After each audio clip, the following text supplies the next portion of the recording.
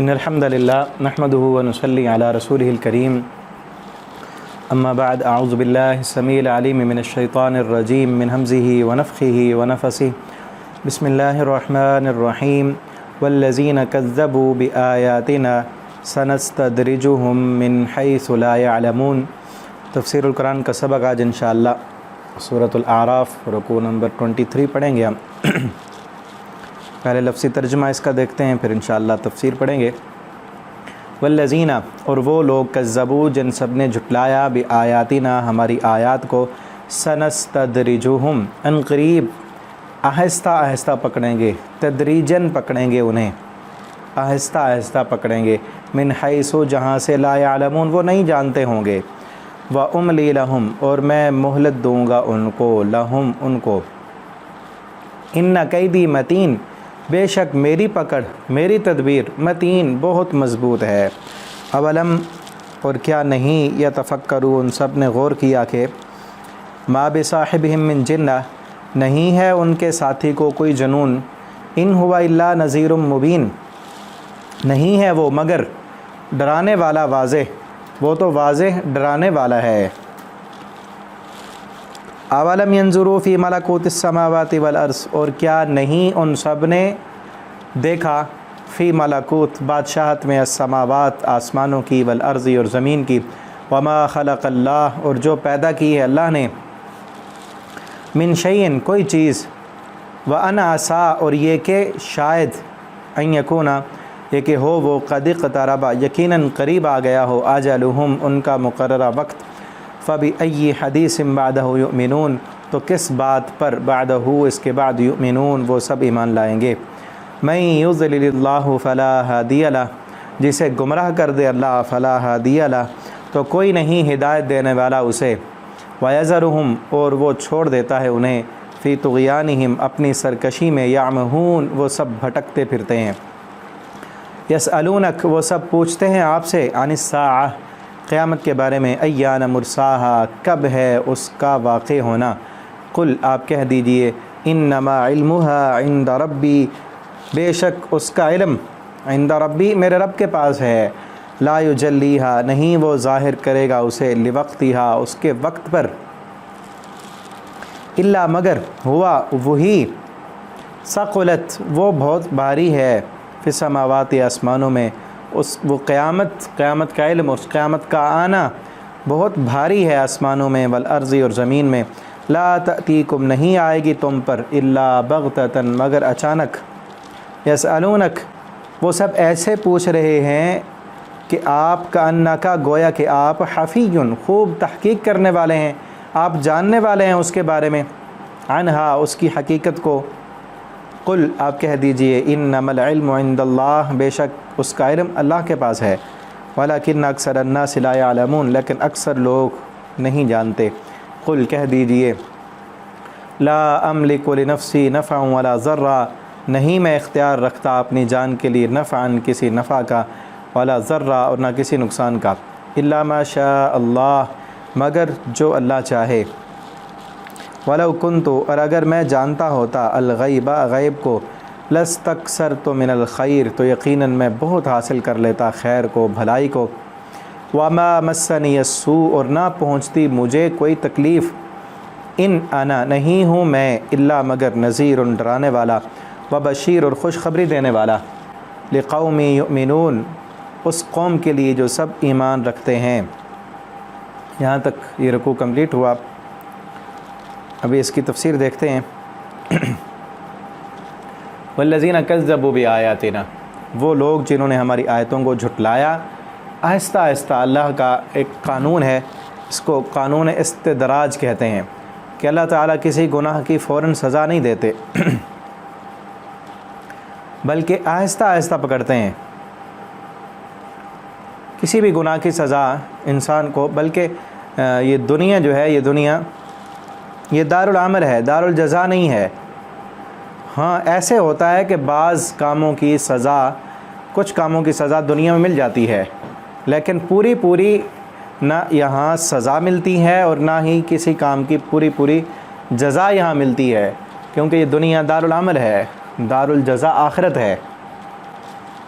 اگر گناہوں کی سزا تھوڑی تھوڑی دنیا میں اللہ تعالیٰ دیتے ہیں اور آہستہ آہستہ پکڑتے ہیں، اسی کا نام ڈھیل دینا ہوتا ہے کہ اللہ تعالیٰ جو جس طرف جانا چاہے اس کی رسی اسی طرف ڈھیلے چھوڑ دیتے ہیں۔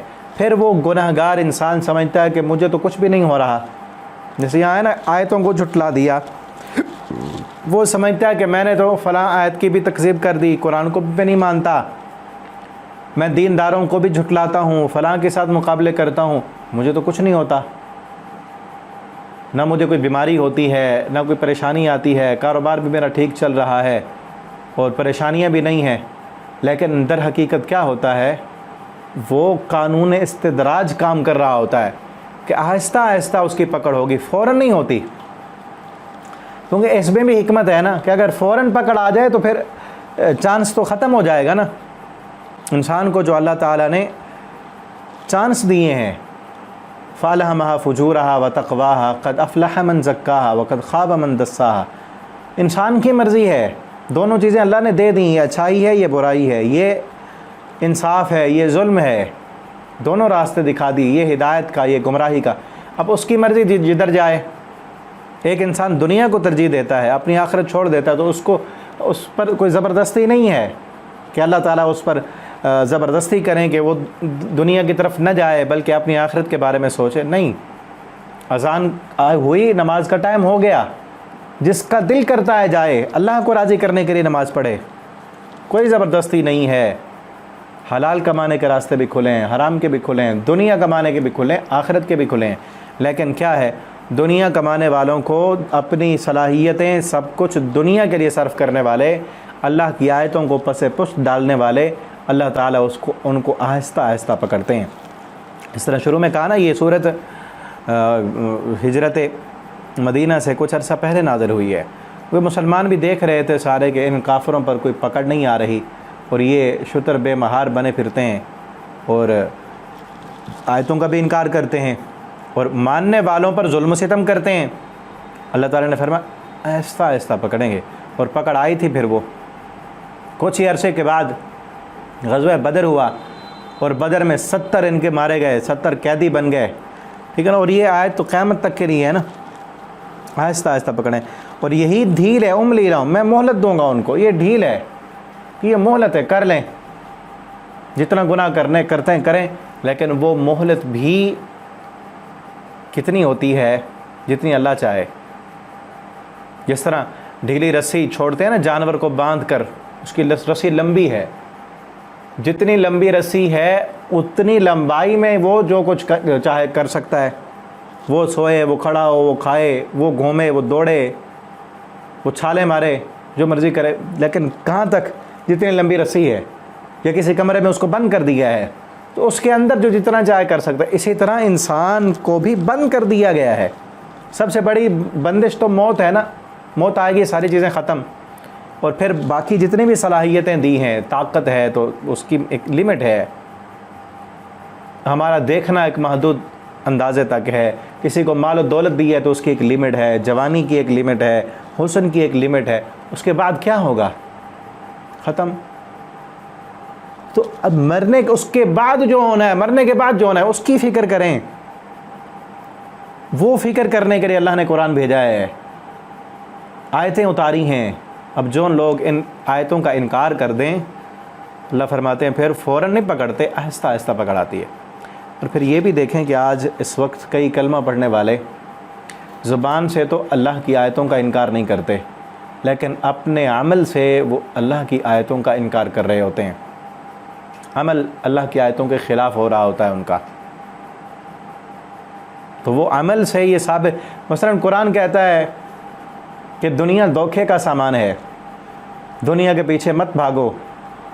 اب جیسے انسان کی ساری کوششیں ہیں ہی دنیا کے لیے، آخرت کی کوئی پرواہ نہیں، نمازیں چھوٹتی جا رہی ہیں، حلال و حرام کی کوئی فکر نہیں ہے اسے، اللہ کی ناراضگی کی کوئی فکر نہیں، وہ صرف اس فکر میں ہے کہ مال کیسے بڑھے گا، بینک بیلنس کیسے زیادہ ہوگا، وہ اسی فکر میں ہے۔ تو کیا ہے؟ عملاً وہ اللہ کی آیتوں کا انکار کر رہا ہے کہ اس کو کوئی فکر ہی نہیں دنیا اپنی آخرت کی، صرف دنیا کی فکر ہے، بچوں کا مستقبل، صرف دنیا کا مستقبل ہی سوچ رہا ہے۔ تو ہمیں چاہیے کہ ہم اپنے آپ پر غور کریں، اپنے معمولات کو دیکھیں کہ کہیں ہم اللہ کی آیتوں کا انکار کرنے والے تو نہیں۔ کیا ہمارا عقیدہ اللہ کی آیتوں کے مطابق ہے؟ کیا ہمارا عمل اللہ کی آیتوں کے مطابق ہے؟ وہ کب مطابق ہوگا؟ جب ہم پڑھیں گے۔ اللہ کا شکر ادا کریں کہ آپ اس وقت قرآن پڑھ رہے ہیں، یہ بہت ہی قیمتی ترین وقت ہے آپ کا، اور اسی طرح آپ اپنے بچوں کو بھی پڑھائیں، دوسروں تک بھی اس پیغام کو پہنچائیں، اور کوشش کریں کہ بہتر سے بہتر انداز میں ہم قرآن کو سمجھیں، قرآن کو پڑھیں، اس پر غور و فکر کریں، اور جو قرآن کہتا ہے ویسے اپنی زندگی کو بنانے کی کوشش کریں۔ اسی کوشش میں ہی کامیابی ہے۔ پیچھے ہم نے پڑھا نا اسی صورت میں، پچھلے رکوع میں، اس سے پچھلے رکوع میں تھا کہ اللہ فرماتے ہیں اِنَّا لَا نُضِيعُ أَجْرَ الْمُصْلِحِينَ، جو اصلاح کرنے والے بن جائیں ہم ان کے اجر کو کبھی ضائع نہیں کرتے، ہر وقت اپنی اصلاح کرتے رہیں۔ ایک نماز پڑھ لی ہے، اس کے فوراً بعد یہ کوشش ہو کہ میری یہ نماز، اس میں خیالات تھے، اس میں وہ خشوع نہیں تھا، اگلی نماز میں اس سے بہتر کروں گا، اگلی اس سے بہتر کروں گا۔ یہ اپنی اصلاح کرنے کی کوشش کرتے رہیں، اسی میں کامیابی ہے، ٹھیک ہے نا۔ اولم یتفکروا ما بصاحب من، کا انہوں نے کبھی سوچا نہیں کہ ان کے ساتھی کو کوئی جنون نہیں ہے۔ مشرکین مکہ کہتے تھے نا نبی صلی اللہ علیہ وسلم کے بارے میں، معاذ اللہ آپ دیوانے ہیں، آپ میں جنون ہیں، شروع میں۔ اللہ تعالیٰ فرماتے ہیں انہوں نے کبھی غور نہیں کیا۔ اولم ينظروا فی ملکوت السماوات والارض، اور اللہ کی بادشاہت میں بھی کوئی غور و فکر نہیں کیا انہوں نے۔ یہ کیوں آپ صلی اللہ علیہ وسلم کو دیوانہ کہتے تھے؟ آپ صلی اللہ علیہ وسلم کو دیوانہ کیوں کہتے تھے؟ اور آج بھی یہ ہوتا ہے، یہ نہیں ہے کہ صرف نبی صلی اللہ علیہ وسلم کو دیوانہ کہتے تھے، جس انسان کا مقصد آج بھی وہی ہو جو مقصد محمد الرسول اللہ صلی اللہ علیہ وسلم کا تھا، اگر آپ بھی اپنا مقصد وہی بنا لیں گے جو مقصد ہمارے پیارے پیغمبر صلی اللہ علیہ وسلم کا تھا، تو دنیا والے، دنیا پرست لوگ جن کا جینے کا مقصد صرف دنیا ہے، وہ لوگ آپ کو بیوقوف کہیں گے، آپ کو بیوقوف کہیں گے یہ پاگل ہے۔ کیوں کہتے تھے اور کیوں کہتے ہیں اب بھی؟ اس لیے کہ جس انسان کی زندگی، جس انسان کو سمجھ آ جاتا ہے کہ یہ دنیا کی زندگی ہمیشہ کی زندگی نہیں ہے، اللہ نے مجھے کسی مقصد کے لیے بنایا ہے، اس کے خیالات، اس کی سوچیں، اس کی ترجیحات، اس کی زندگی کا مقصد اور بن جاتا ہے۔ وہ جس نظر سے دیکھتا ہے عام لوگ اس نظر سے نہیں دیکھتے، وہ جس نظر سے سوچتا ہے عام لوگ اس نظر سے نہیں سوچتے، وہ جس طرف جانا چاہتا ہے عام لوگ اس طرف نہیں جانا چاہتے۔ عام لوگوں کی نظروں میں جو نقصان ہوتا ہے اس کی نظر میں وہ نقصان ہے ہی نہیں، عام لوگوں کی نظر میں جو دکھ اور مصیبت اور پریشانی ہے اس کی نظر میں وہ دکھ اور مصیبت ہے ہی نہیں، عام لوگوں کی نظر میں جو کام بے وقت بے فائدہ ہے اس کی نظر میں اصل کام ہے ہی وہی کہ میرا رب مجھ سے راضی ہو جائے، دنیا روٹتی ہے تو روٹ جائے، مال ختم ہوتا ہے تو ہو جائے، کاروبار ختم ہوتا ہے تو ہو جائے، میرا رب مجھ سے ناراض نہ ہو، میں حرام کو منہ نہ لگاؤں، اپنے رب کی نافرمانی نہ کروں، میں جھوٹ نہ بولوں، میں سود نہ لوں۔ اس کی ترجیحات یہ ہوتی ہیں۔ اب جب دنیا دار دیکھتے ہیں کہتے ہیں اس کو پتہ ہی نہیں، یہ تو پاگل ہے، دنیا کا اتنا نفع چھوڑ رہا ہے، تھوڑا سا جھوٹ بولنے سے کیا ہوتا ہے؟ تو اس وجہ سے کہ اس کی سوچیں نبی کریم صلی اللہ علیہ وسلم کی سوچ، آپ کے صحابہ کی سوچ کیا تھی کہ آپ نے دنیا کو ٹھوکر مار دی، آپ نے دنیا کا عیش و آرام ترک کر دیا اللہ کی رضا کے لیے کہ اللہ کو راضی کرنا ہے۔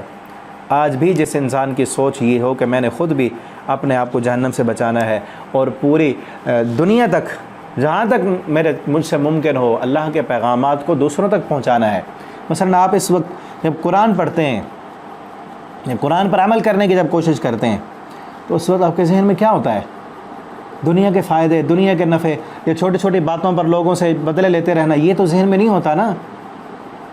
اور لوگ سمجھتے ہیں کہ یہ فلاں نے اس کے ساتھ یوں کر دیا، دھوکہ دے دیا، یہ کر دی، یہ بدلہ نہیں لیتا، اس نے اس کو کچھ کہا ہی نہیں تو بے وقوف ہے، یہ پاگل ہے، فلاں نے گالی دے دی، اس نے دیکھ کر مسکراتا ہی رہا، پاگل ہی کہیں گے نا کہ اس نے گالی دی ہے، اس کے منہ میں زبان نہیں، وہ ایسے جھگڑا کر رہا ہے، یہ نہیں بول سکتا، پاگل کہیں گے، جو دنیا دار ہے۔ اور جس کا مقصد آخرت ہے اس کو پتہ ہے کہ اس نے گالی دی ہے، میں تو اپنی زبان گندی نہ کروں نا، میرا مقصد آخرت ہے، میرا مقصد اونچا ہے، اس چھوٹے چھوٹے کاموں پر میں نے نہیں رکنا، یہ مقصد ہی نہیں۔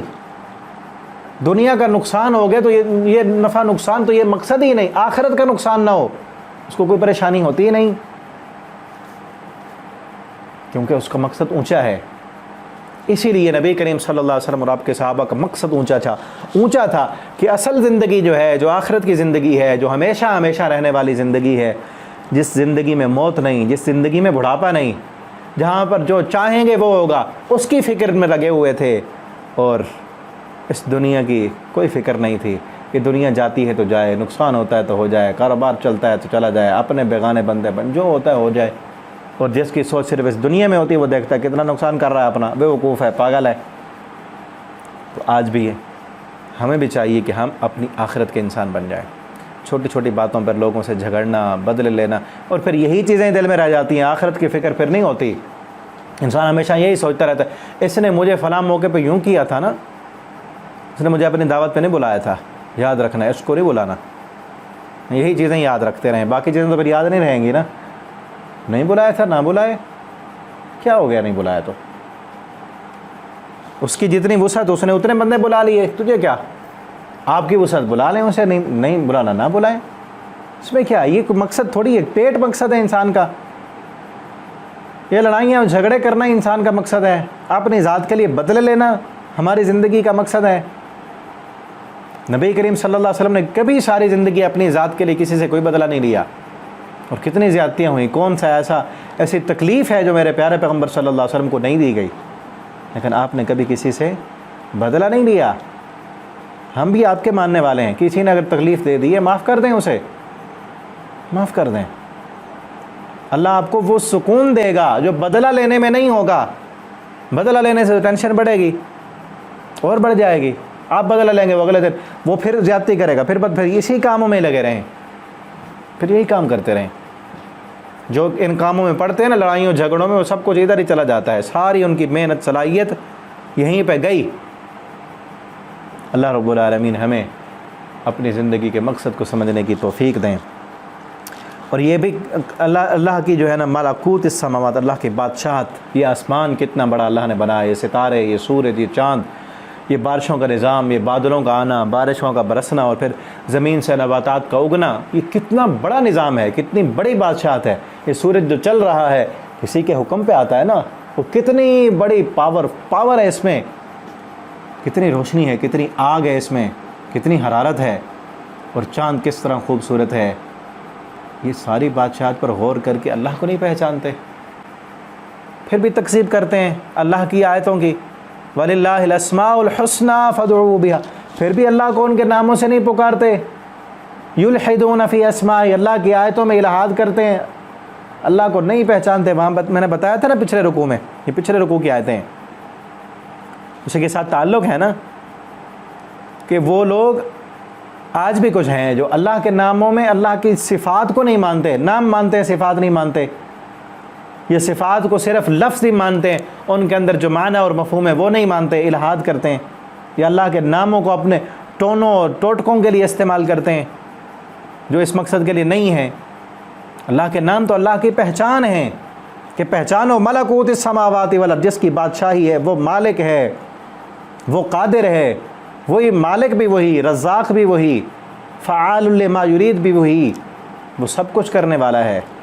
بادشاہت اسی کی ہے، اس کی مرضی کے بغیر کائنات کا ایک پتا بھی حرکت نہیں کرتا، اس کے نہیں بنتے جس کی ساری کائنات ہے۔ اس کھوٹی دنیا کی خاطر اللہ کی آیتوں کی تکذیب کر دیتے ہو۔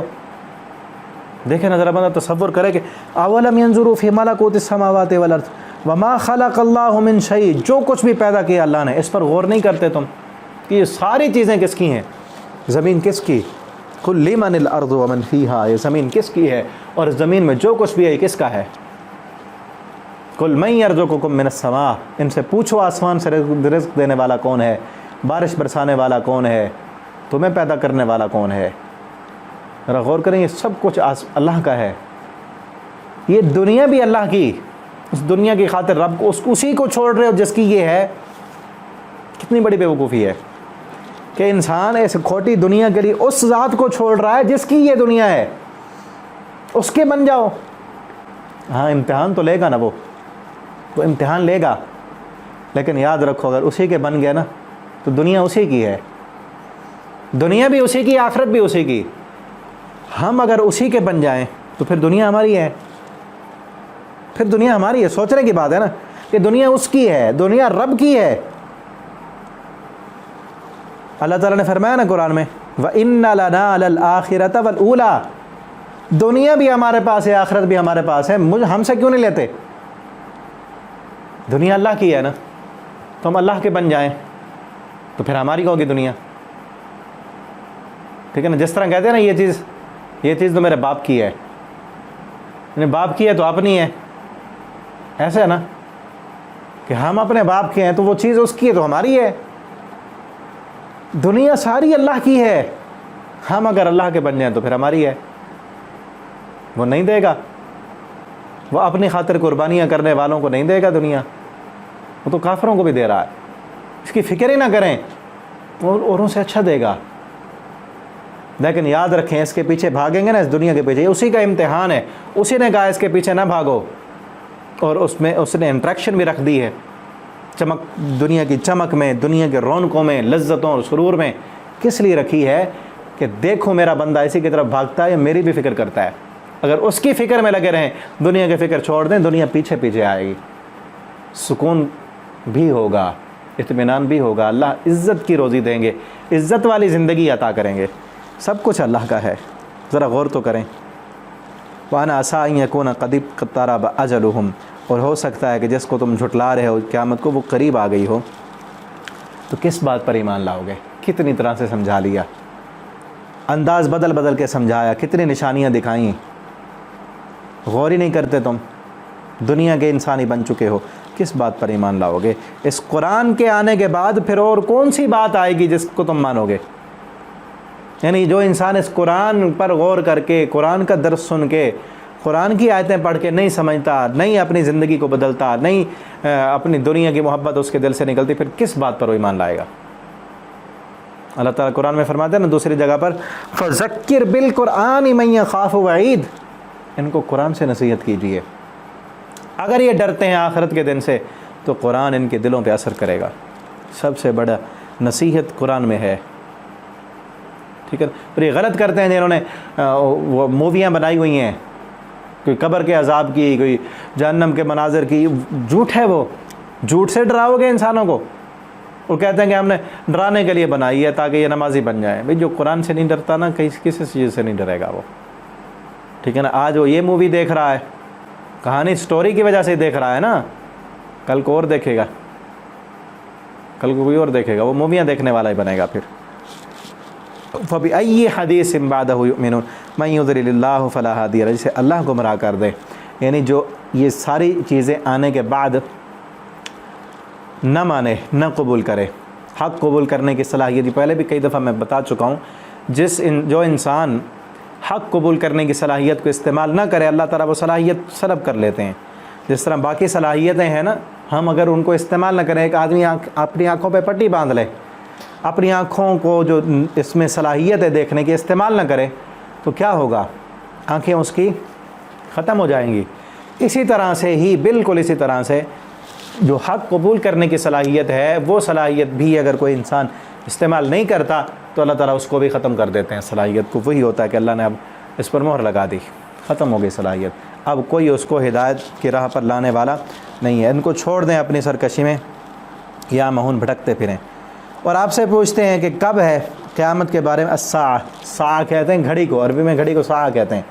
کوئی ایک ہی لمحہ ہوگا، وہ قیامت جب آئے گی وہ ایک ہی لمحہ ہوگا، اچانک آئے گی۔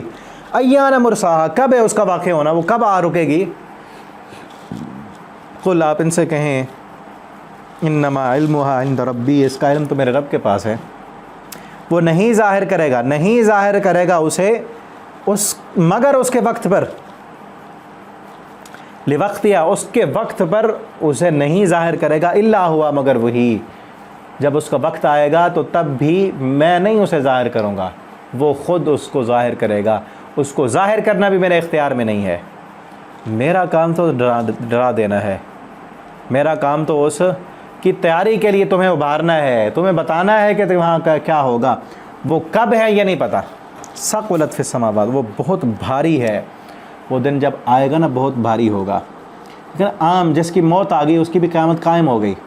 وہ موت بھی کتنی بھاری ہوتی ہے نا انسانوں پر، جس پر آتی ہے اس پر بھی بہت بھاری ہوتی ہے، اور باقیوں پر بھی موت والا لمحہ اس کی خبر غمناک اور بھاری ہوتی ہے. لیکن جب پوری دنیا ختم ہوگی اور قیامت آئے گی تو وہ کتنی بھاری ہوگی. جب سارا نظام ختم ہوگا، ستارے ٹوٹیں گے، اذا الشمس کبرت واذا النجوم انکدرت اذا السماء انفطرت، آسمان پھٹے گا، پہاڑ ٹوٹیں گے اور کوٹ کر ان کو ریزہ ریزہ کر دیا جائے گا، اور دھن کی ہوئی روئی کی طرح ہو جائیں گے، انسان بکھرے ہوئے پتنگوں کی طرح ہوں گے. کتنا بھاری ہوگا. حاملہ عورتوں کے حمل گر جائیں گے، دودھ پلانے والی اپنے بچوں کو دیواروں پر دے ماریں گی. انسانوں کی حالت ایسے ہوگی جیسے نشہ پیا ہوا ہے. کیا ہوگا وہ؟ کتنا بھاری دن ہوگا. ثقلت فی السماوات والارض، بہت بھاری ہے. لا تأتیکم، نہیں آئے گا مگر اچانک. یہ نہیں کہ اس سے پہلے کچھ تمہیں بتایا جائے گا کہ فلاں دن اعلان ہوں گے، یہ نہیں، بلکہ کیا ہوگا؟ الا بغتہ، اچانک ہی آئے گا وہ دن.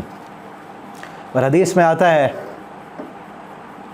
کہ ایک انسان جانوروں سے دودھ نکال رہا ہوگا، تھنوں سے دودھ نکال رہا ہوگا اور اپنے برتن میں ڈال رہا ہوگا. برتن نہیں رکھے گا ابھی کہ قیامت آ جائے گی. دو انسان آپس میں کاروبار کر رہے ہوں گے، کپڑا پھیلا کر ایک ریٹ بتا رہا ہوگا، دوسرا خریدنے کی بات کر رہا ہوگا. ابھی اس کپڑے کو سمیٹیں گے نہیں کہ قیامت آ جائے گی. ٹھیک ہے نا. ہر انسان اپنے اپنے جو روٹین کے کام ہے، اس کا مطلب کیا ہے حدیث کا کہ ہر انسان جو بھی اس کے روٹین کے کام ہے، اپنی روٹین کے کاموں میں ہی وہ مصروف ہوگا کہ قیامت آ جائے گی. لیکن اگر کسی کو پتہ ہو کہ کب آنی ہے، پھر تو یہ نہ ہو نا، کسی کو کوئی پتہ نہیں ہوگا کہ آج آنی ہے، کل آنی ہے، پرسوں آنی ہے، کہ سال آنی ہے، نہیں پتہ. تیاری کریں بس. صرف یہی ہے کہ جس نے تیاری کر لی کامیاب وہی ہے، جب بھی آئے وہ کامیاب ہے نا. جیسے پوچھتے ہیں نا اسٹوڈنٹ کے ہمارے پیپر کب ہونے ہیں، جو پوچھتے رہیں وہ کامیاب ہوں گے، یا جو تیاری کر لیں جب بھی ہوں ان کی تیاری ہے تو وہ کامیاب ہیں. ٹھیک ہے نا. تو اس وقت بھی وہ پوچھتے تھے کب آئے گی، ان سے کہا گیا تم تیاری کرو، وہ اچانک آئے گی، بتا کر نہیں آئے گی. قل انما علمها عند اللہ، اس کا علم اللہ کے پاس ہے، اکثر لوگ نہیں جانتے. قل لا املک لنفسی، ان سے کہہ دیں کہ مجھ سے قیامت کے متعلق پوچھتے ہو کہ قیامت کب آئے گی، جو ساری انسانیت کے نفع اور نقصان کا دن ہوگا. میں تو اپنی ذات کے نفع و نقصان کا بھی مالک نہیں ہوں. لا املک لنفسی نفعا ولا ضرا، میں اپنی ذات کے بھی نفع نقصان کا مالک نہیں، الا ما شاء اللہ، مگر جو اللہ چاہے. اللہ جو مجھے نفع دے وہی نفع ملتا ہے، اور جو اللہ نے میری قسمت میں نقصان لکھ دیا ہے وہی نقصان مجھے ملتا ہے. میں اس نقصان سے نہیں بچ سکتا. وَلَوْ كُنْتُ عَالَمُ الْغَيْبِ، اگر میں عالم الغیب ہوتا، غیب کو جاننے والا ہوتا، لَاسْتَكْثَرْتُ مِنَ الْخَيْرِ، میں بہت زیادہ خیر اکٹھا کر لیتا. یعنی جس کو پتہ ہو کل کو کیا ہونا ہے وہ اس کے مطابق کام کرتا ہے نا. پھر ہم دیکھتے ہیں نبی کریم صلی اللہ علیہ وسلم کی سیرت، آپ کی زندگی میں آپ کو پریشانیاں ہوئیں، مشکلات آئیں آپ کے لیے. غزوہ احد میں آپ کے دندان مبارک شہید ہو گئے، آپ کو زہر آلود بکری کا گوشت کھلایا گیا، 2 ساتھی آپ کے کھا کے شہید بھی ہو گئے. اگر آپ غیب جانتے ہوتے نہ کھاتے وہ گوشت.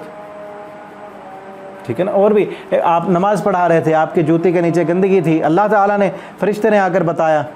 70 آپ کے صحابہ دھوکے کے ساتھ کافر آ کر لے گئے کہ ہمارے علاقے میں جا کر تبلیغ کریں گے. آپ کو نہیں پتا تھا.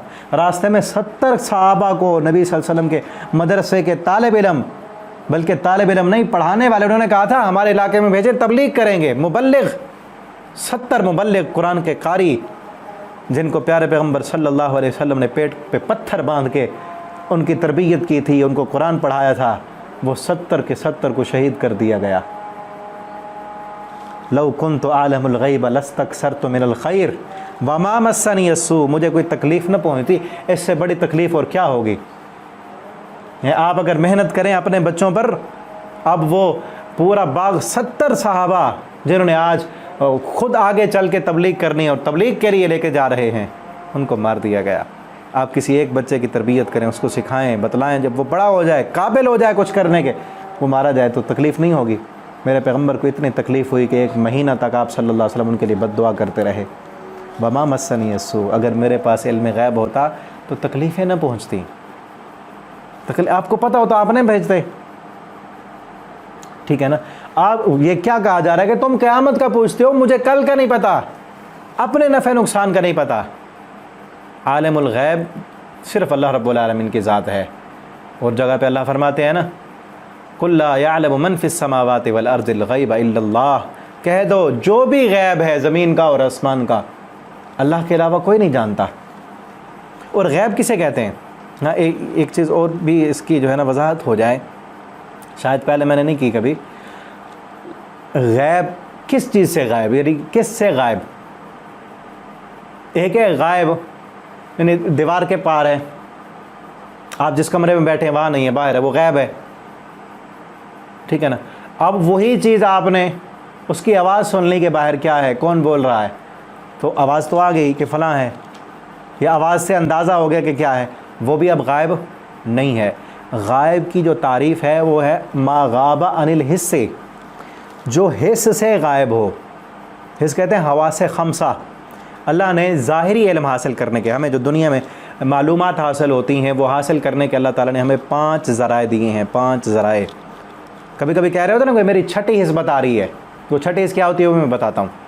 5 ذرائع ہیں علم حاصل کرنے کے، دیکھنا، سننا اور چکھنا، زبان سے چکھنا اور سونگھنا، اور نمبر 5 ٹٹولنا، محسوس کرنا، ہاتھ لگانا یا پاؤں کے ذریعے، جسم کے ذریعے۔ ایک چیز کو آپ نے دیکھا، آپ کو پتہ چل گئی یہ فلاں چیز ہے۔ ایک بندہ نبینا ہے، وہ دیکھ نہیں سکتا، وہ سنتا ہے کان سے، یہ دیوار کے پار کی چیز سنتا ہے، سننے سے اس کو علم حاصل ہو گیا۔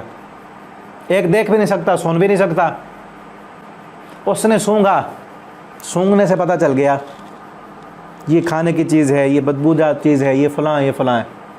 یا سونگھنے کی بھی حیث نہیں ہے تو ہاتھ لگایا، ٹٹولا، دیکھنے سے پتہ چل گیا، یا زبان لگائی، چکھنے سے پتہ چل گیا۔ یہ 5 چیزیں ہیں ظاہری جو اللہ نے دی ہیں ہمیں۔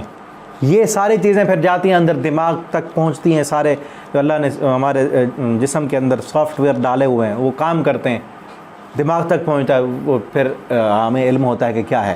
اس طرح پڑھتے ہیں، پڑھنا بھی آنکھوں سے دیکھتے ہیں اور سنتے ہیں باتیں تو علم حاصل ہوتا ہے۔ اور چھٹی حس جو ہوتی ہے نا، کبھی کبھی کہتے ہیں نا چھٹی حس کام کر رہی ہے، وہ نہ دیکھنے میں آ رہا ہوتا ہے، نہ سننے میں آ رہا ہوتا ہے، نہ چکھنے میں، نہ ٹٹولنے میں، وہ کیا ہوتا ہے؟ وہ ہوتا ہے تجربہ انسان کا۔ ان 5 چیزوں کو استعمال کر کر کے بار بار جو انسان اپنے دماغ میں ایک چیز محسوس کر لیتا ہے، سمجھ لیتا ہے کہ کئی دفعہ ایسے ہوا ہے تو اب بھی ایسے ہوگا، وہ تجربہ غلط بھی ہو جاتا ہے، وہ چھٹی حس اس کو کہتے ہیں۔ کئی دفعہ ہوتا ہے نا کہ استاد کہہ رہا ہے کہ یہ بچہ جو ہے یہ میرا بڑا لائق شاگرد ہے، اس کے پیپر میں اتنے فیصد نمبر آ جائیں گے، ہو سکتا ہے اس سے کم آ جائیں، اس سے زیادہ آ جائیں، لیکن وہ کس چیز کے ذریعے بتا رہا ہے کہ یہ بہت اچھا پڑھتا آ رہا ہے، وہ اس تجربے سے، وہ ان 5 کاموں کے تجربے سے۔ تو بات جو میں نے کی تھی کہ یہ ما غاب عن الحس، جو ان محسوسات سے غائب ہے، وہ تجربہ چھٹی حس بھی وہ انہی حصوں میں آ جاتی ہے۔ ان جو سننے سے غائب ہے، جو دیکھنے سے غائب ہے، جو چکھنے، ٹٹولنے اور پکڑنے سے غائب ہے، وہ غائب ہے۔ اس غیب کو حاصل کرنے کا کوئی آلہ ہی نہیں دیا اللہ نے انسان کو۔ یہ آلے ہیں نا علم حاصل کرنے کے، دیکھنا، سننا، چکھنا، جو حواس خمسہ ہیں، اور غیب کا علم حاصل کرنے کے آلے کون سے ہیں؟ وَعِندَهُ مَفَاتِحُ الْغَيْبِ لَا يَعْلَمُهَا إِلَّا هُوَ، اللہ کے پاس ہیں غیب کی چابیاں، اور ان چابیوں سے مراد یہی آلے ہیں کہ وہ چابی اللہ نے کسی کو نہیں دی، کسی انسان کو نہیں دی، نہ کسی جن کو، نہ کسی فرشتے کو، صرف اسی کے پاس ہے غیب کا علم۔ اور ان میں کیا ہے؟ قیامت کب آئے گی، یہ چیز اللہ کے پاس ہے، کسی اور کے پاس نہیں ہے۔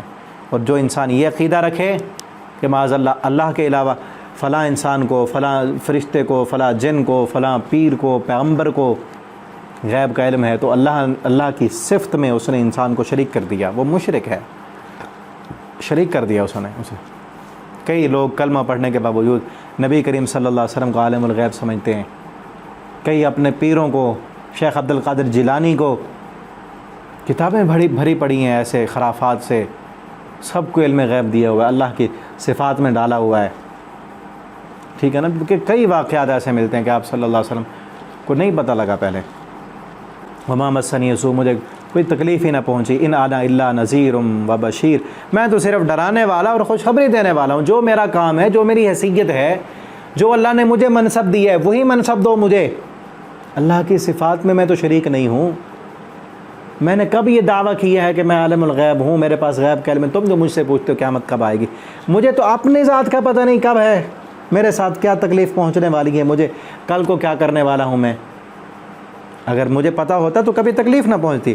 آپ صلی اللہ علیہ وسلم کی جو زندگی ہے 63 سالہ، وہ زندگی یہ بتلاتی ہے کہ آپ صلی اللہ علیہ وسلم پر مشکل وقت بھی آئے، تکلیفیں بھی آئیں، پریشانیاں بھی آئیں، اور ایسے واقعات بھی ہوئے کہ اگر آپ کو غیب کا علم ہوتا تو آپ ان سے بچ جاتے۔ غیب کا علم نہیں تھا، اس لیے آپ نہ بچ سکے۔ تو آج ہمیں بھی اسی عقیدے کو اپنانا چاہیے جو عقیدہ اللہ تعالیٰ نے قرآن میں بیان کیا ہے، جو پیارے پیغمبر صلی اللہ علیہ وسلم کا تھا۔ آپ نے کبھی یہ دعویٰ نہیں کیا کہ میرے پاس علم غیب ہے یا میرے پاس فرشتہ ہے۔ پیچھے بھی ہم پڑھا ہے نا، یہاں تک رکوع کمپلیٹ ہو گیا۔ اللہ تعالیٰ سے دعا ہے اللہ تعالیٰ ہمیں قرآن کو پڑھنے کی، سمجھنے کی، اس کے مطابق اپنا عقیدہ اور عمل بنانے کی اللہ ہمیں توفیق عطا فرما دیں۔ اللہ تعالیٰ جب تک ہمیں زندہ رکھیں دین پر، اسلام پر، قرآن پر، اور اللہ جب ہمیں موت دیں تو اسلام پر قرآن پڑھتے ہوئے موت عطا فرمائیں۔ والسلام علیکم ورحمۃ اللہ وبرکاتہ۔